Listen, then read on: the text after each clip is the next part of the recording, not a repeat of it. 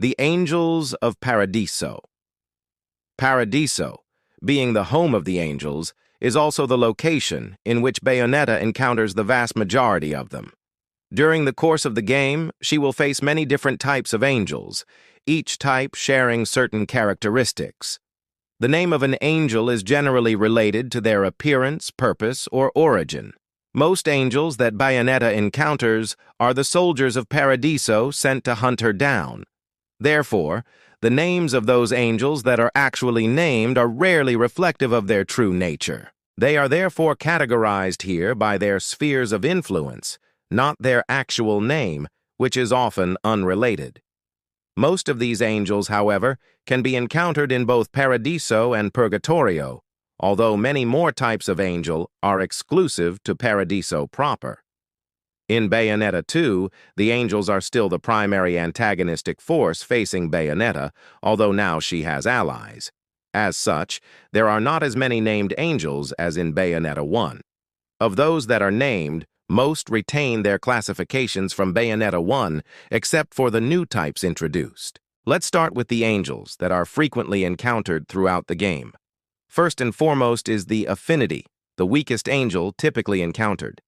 While the name doesn't really fit with their appearance, these are the angels that humanity most commonly feels and sees.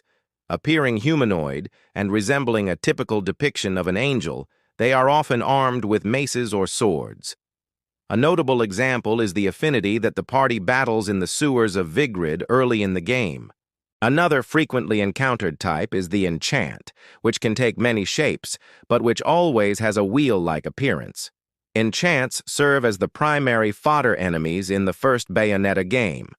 Though they can sometimes take more humanoid shapes, they are rarely ever seen as humanoid in Bayonetta 2.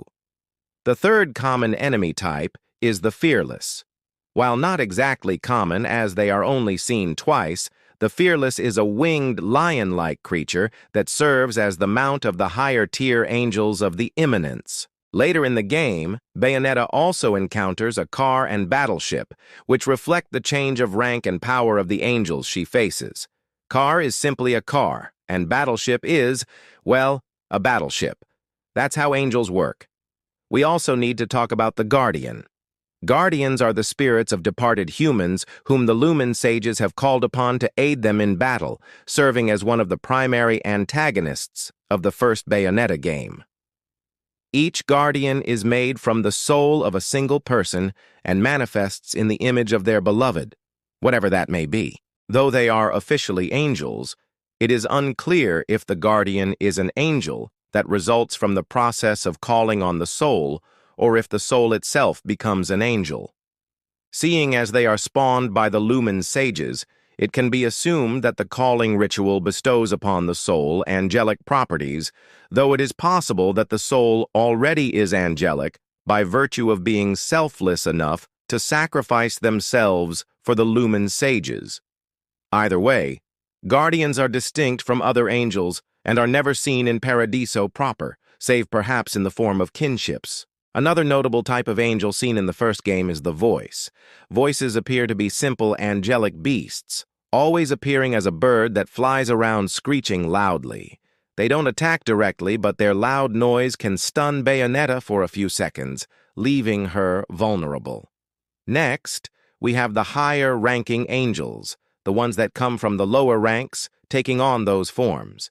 These angels are also incredibly numerous, forming the bulk of the angelic armies in Paradiso. Since they are not individually named, they are listed by their rank and sphere of influence. The first and simplest are the Imminence, a kind of angel that can take the form of a horse and is ridden by higher-ranking angels in battle. They are very numerous, appearing in great herds to attack Bayonetta. The Imminence are defeated fairly easily. Higher in rank than the Imminence are the Audicio. While not truly sapient creatures, the Audicio possess incredible intellect for an angel, capable of formulating plans and directing lesser angels in combat. Forming the backbone of the celestial hierarchies, they serve as generals of the war against Bayonetta. The third rank of the angels is the Virtues, the highest rank of the celestial hierarchies. While sapient, The virtues are cruel, merciless, and violent, seemingly without any pity or sympathy for other life. They are tremendously powerful and long-lived and form the core of the Luminant Sages' armies. They are also amongst the largest angels encountered. Interestingly, the game refers to them as they rather than him, suggesting that the virtues are a collective singular noun referring to the entire rank as one entity. Further adding to this confusion is the fact that the virtues apparently number in the thousands, yet there is only ever one virtue seen in battle at any given time. The exact relationship between the auditio and the virtues is unclear. It would seem that the auditio are subordinate to the virtues, yet the virtues also seem to carry out orders given by the lower-ranking cardinal virtues. The immanents are apparently countless in numbers, yet they seem to obey the virtues' commands. The virtues are, in turn, commanded by the cardinal virtues, the highest-ranking members of the angels encountered in the game, representing various qualities that the angels of Paradiso aim to embody. While each virtue represents a particular quality, they also seem to represent different parts of Paradiso itself. Thus, they have a great deal of knowledge about the world of Purgatorio, such as where the Umbra witches might hide. Each virtue seems to have a great deal of power over their fellow angels, being able to send multiple lower-ranking angels hurtling towards an opponent simultaneously. While not truly sapient, the cardinal virtues do seem to possess incredible intellect for an angel, formulating complex plans to capture Bayonetta and willing carrying them out. Apparently, they were all once human, but were gifted angelic status by Sapientia for their bravery during the clan wars. There is some implication that the cardinal virtues and the virtues represent the god of Paradiso itself, as Bayonetta calls Temperantia, a manifestation of the god when she first confronts it. Finally, there is the affinities. Affinities are divine spirits who serve as the muses of the Lumen Sages, acting as a link between the sages and the hierarchy of angels. Their true forms are unknown, but they appear in human shape when interacting with the Lumen Sages. It is thanks to their guidance that the Lumen Sages are able to channel their power and perform the light arts. The affinities do not engage in battle and are therefore never encountered by Bayonetta. That's all the angels encountered in Bayonetta 2. Let's go back to the angels of Bayonetta 1.